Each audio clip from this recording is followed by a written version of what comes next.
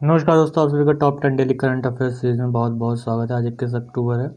आज भी हम रोज की तरह ही 10 महत्वपूर्ण प्रश्नों पर चर्चा करेंगे, तो वीडियो को आप पूरा देखिएगा। अच्छी लगे तो शेयर एंड लाइक जरूर कीजिएगा। तो इससे पहले हम अपने पहले प्रश्न की ओर चले। कल पूछे गए अंतिम प्रश्न का मैं आंसर देना चाहूँगा। कल मैंने एक प्रश्न पूछा था कि SBI के वर्तमान जो चेयरमैन नियुक्त हुए हैं वो उनका नाम क्या है। तो कुछ लोगों ने कमेंट में आंसर दिया है दिनेश कुमार खारा, जिन्होंने आंसर दिया है वो सही है।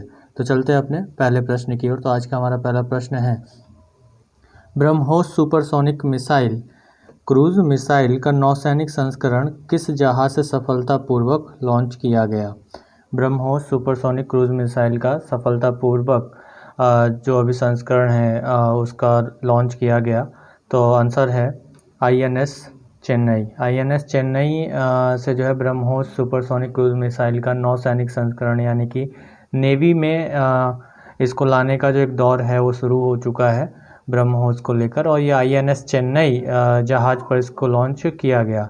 इस मिसाइल को अरब सागर में भारतीय नौसेना ने स्वदेशी रूप से निर्मित जो स्लेट डिस्ट्रॉयर है उससे इसको दागा है। और ब्रह्मोस के बारे में यदि हम जाने तो ये हमें पता चलता है कि ब्रह्मोस एक सुपरसोनिक क्रूज मिसाइल है, और क्रूज मिसाइल उसे कहते हैं जो कम ऊंचाई पर तेज़ी से उड़ान भरती है और इस तरह से वो रडार से भी बच जाती है। ब्रह्मोस की विशेषता यह है कि इसे ज़मीन से, हवा से, पनडुब्बी से, युद्धपोत से, यानी कि लगभग कहीं से भी जो है इसे दागा जा सकता है। और ब्रह्मोस नाम भारत की ब्रह्मपुत्र और रूस की मस्कवा नदी पर इसका रखा गया, और इन दोनों देशों का ही एक संयुक्त रूप से विकसित यह मिसाइल है। और इसकी विशेषताएं इसे दुनिया की सबसे तेज या मारक मिसाइल बनाती हैं।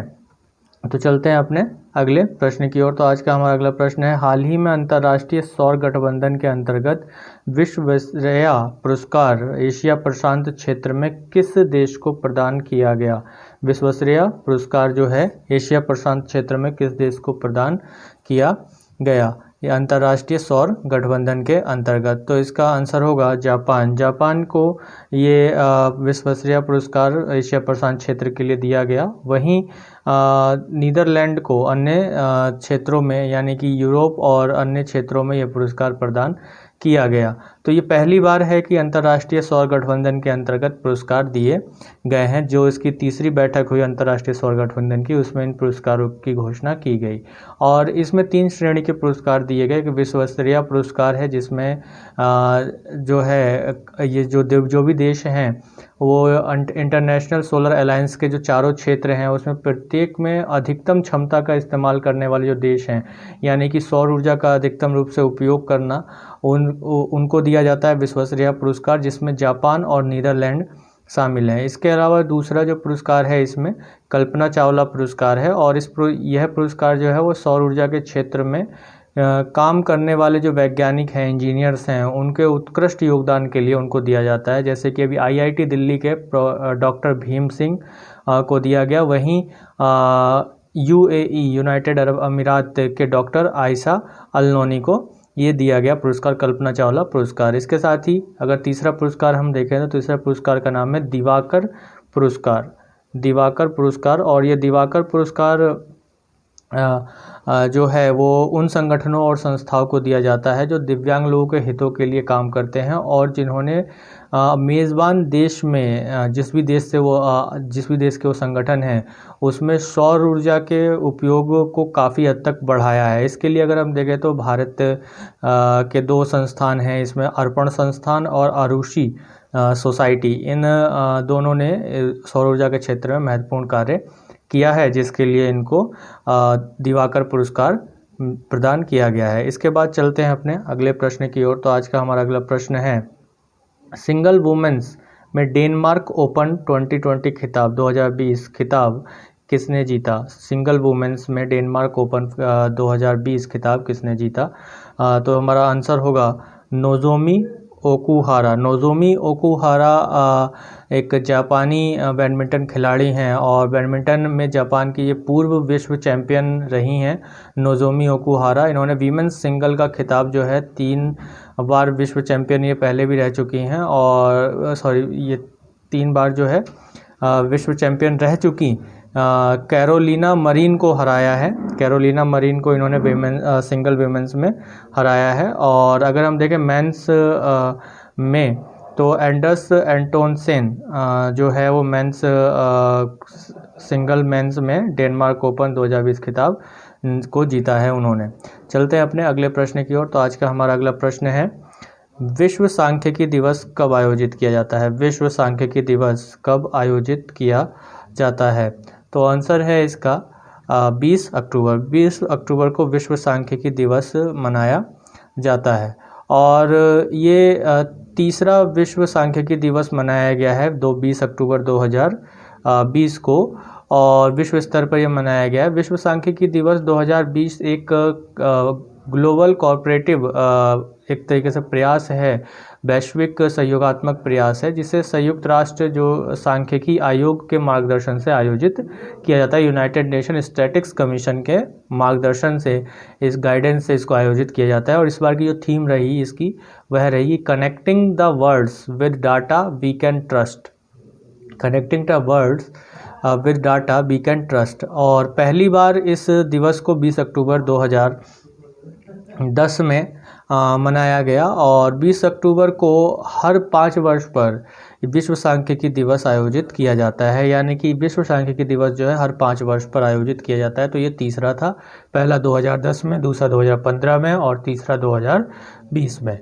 इसके बाद चलते हैं अपने अगले प्रश्न की ओर। तो हमारा आज का अगला प्रश्न है कि स्लिनेक्स 20 किन देशों के मध्य समुद्री अभ्यास है? स्लिनेक्स 20 किन देशों के मध्य समुद्री अभ्यास है? ऑप्शन है हमारे पास भारत और बांग्लादेश, भारत और श्रीलंका, भारत और जापान, भारत और ऑस्ट्रेलिया। तो आंसर होगा हमारा भारत और श्रीलंका। भारतीय नौसेना और श्रीलंका नेवी के मध्य जो है वार्षिक रूप से ये समुद्री अभ्यास होता है और इसका ये 8वां संस्करण है।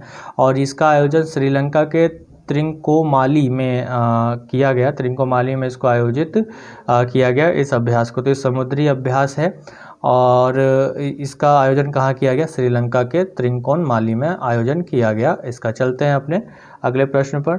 तो हमारा आज का अगला प्रश्न है कि हाल ही में भारत के किस परमाणु सक्षम मिसाइल का सफलतापूर्वक रात्रि परीक्षण किया गया? ठीक है, परमाणु सक्षम मिसाइल का सफलतापूर्वक रात्रि परीक्षण किया गया। यानी कि उस मिसाइल की जांच जो है रात्रि के समय में की गई है कि रात्रि में इस मिसाइल का उपयोग किया जा सकता है या नहीं। तो सफलतापूर्वक परीक्षण रहा और आंसर है हमारा पृथ्वी 2। पृथ्वी 2 का ओडिशा के तट से दूर एक चांदीपुर में एकीकृत परीक्षण रेंज, इंटीग्रेटेड टेस्टिंग रेंज से जो है परमाणु सक्षम यह पृथ्वी 2 मिसाइल का जो है सफलतापूर्वक रात्रि परीक्षण किया गया। और पृथ्वी 2 भारत की पहली स्वदेशी सतह से सतह पर मार करने वाली रणनीतिक मिसाइल है और इसे DRDO ने इंटीग्रेटेड मिसाइल डेवलपमेंट प्रोग्राम के तहत विकसित किया है।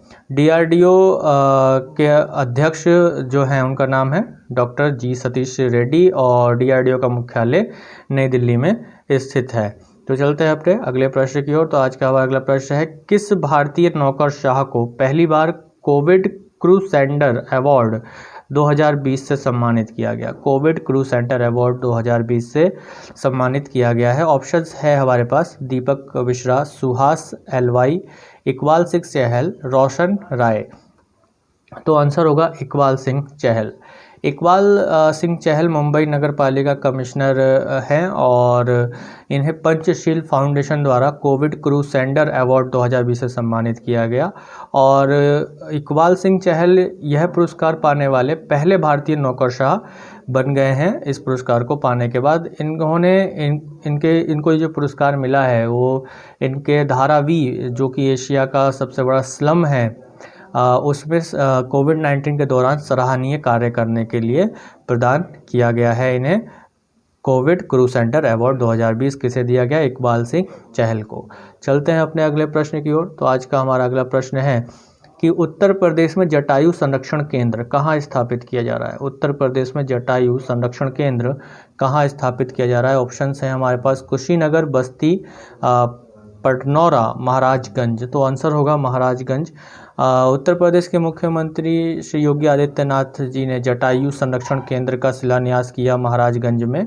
और इस अवसर पर मुख्यमंत्री ने गिद्धों के संरक्षण पर किए गए शोध पुस्तक गढ़ा कॉरिडोर और वाल्मीकि की पर्यावरण चेतना का भी विमोचन किया। गढ़ा कॉरिडोर में जो रिसर्च है, जो उस पर शोध है, वो मुख्यतः पीलीभीत टाइगर रिजर्व को लेकर भी है। उसमें बताया गया है कि किस प्रकार जीवों का जो जीवन है या जो जानवर हैं, जो पशु हैं, वो अपना जीवन किस तरीके से जीते हैं और वो एक दूसरे पर किस तरीके से निर्भर है, और जो पूरा इकोसिस्टम है, परितंत्र है, वो कैसे एक साइकिल की तरह काम करता है और उसमें गिद्धों का क्या रोल है, उसके बारे में गाढ़ा कॉरिडोर नाम की जो एक पुस्तक है, जिसका विमोचन मुख्यमंत्री योगी आदित्यनाथ जी ने किया। किस मौके पर? गिद्ध या जटायु संरक्षण केंद्र के शिलान्यास के मौके पर। तो चलते हैं अपने अगले प्रश्न की ओर। तो आज का हमारा अगला प्रश्न है कि चीन द्वारा भेजे जाने वाले विश्व के पहले अंतरिक्ष खनन रोबोट का नाम क्या है? विश्व के पहले अंतरिक्ष खनन रोबोट का क्या नाम है? तो ऑप्शन है हमारे पास मंगल खनन रोबोट, चंद्रमा खनन रिपोर्ट, क्षुद्र ग्रह खनन रिपोर्ट, बुध खनन रिपोर्ट। तो इसमें आंसर होगा हमारा क्षुद्र ग्रह खनन रिपोर्ट, एस्ट्रॉयड माइनिंग रोबोट। तो नवंबर 2020 तक चीन जो है विश्व का पहला खनन रिपोर्ट अंतरिक्ष में रोबोट अंतरिक्ष में भेज देगा। और बीजिंग की एक निजी कंपनी है ओरिजन स्पेस, उसके द्वारा अंतरिक्ष में विश्व का ये पहला खनन रोबोट भेजा जाएगा, जिसका नाम क्या है? क्षुद्र ग्रह खनन रोबोट इसका नाम है। और इसको ये भेजा जाएगा ताकि जो क्षुद्र ग्रह हैं, मंगल और बृहस्पति के बीच में क्षुद्र ग्रह घूम रहे हैं, उन पर उनके बारे में जानकारी इकट्ठा करने के लिए। तो चलते हैं अपने अगले प्रश्न पर। तो आज का हमारा अगला प्रश्न है कि किस देश ने 6 साल के बाद विवादित दक्षिण चीन सागर में तेल और गैस की खोज फिर से शुरू की है? 6 साल बाद विवादित दक्षिण चीन सागर में तेल और गैस की खोज फिर से शुरू करने का निर्णय लिया है। हम सभी जानते हैं दक्षिण चीन सागर जो है वो चीन और उन फिलीपींस, मलेशिया इत्यादि देशों के बीच में विवादित रहा है। और 2014 में फिलीपींस ने जो है वहाँ पर तेल और गैस की खोज करना बंद कर दिया था इस विवाद के कारण। तो फिलीपींस ने दोबारा से शुरुआत की है तेल और गैस के खोज करने की। कहाँ पर?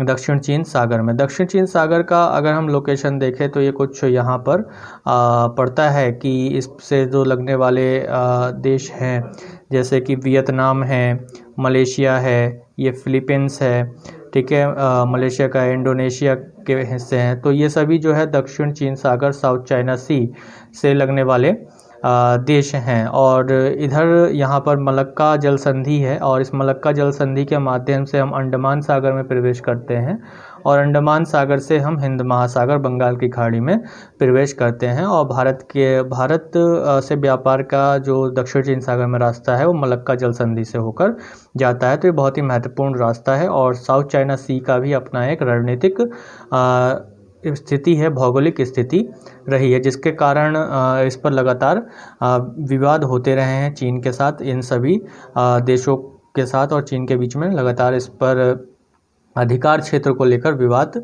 होते रहे हैं। तो ये थे हमारे आज के 10 प्रमुख प्रश्न। तो आपके लिए एक प्रश्न है जिसका उत्तर आप लोग सभी को जो है कमेंट बॉक्स में ज़रूर देना है। क्वेश्चन है आपका, अंतर्राष्ट्रीय सौर गठबंधन का मुख्यालय कहाँ है? अंतर्राष्ट्रीय सौर गठबंधन का मुख्यालय कहाँ है? इसका उत्तर जो है आप सभी को कमेंट बॉक्स में ज़रूर देना है। जो लोग इस वीडियो को पूरा देख रहे हैं वो इसका आंसर ज़रूर देंगे। और इसको लेकर पीछे वाली किसी करंट अफेयर्स की सीरीज़ में हम इसके पर कई बार चर्चा कर चुके हैं। तो ये प्रश्न आपके लिए है, देखते हैं कितने लोग इसका आंसर दे पाते हैं। और यदि वीडियो आप लोगों को अच्छी लगी हो तो लाइक शेयर करना ना भूलें। धन्यवाद।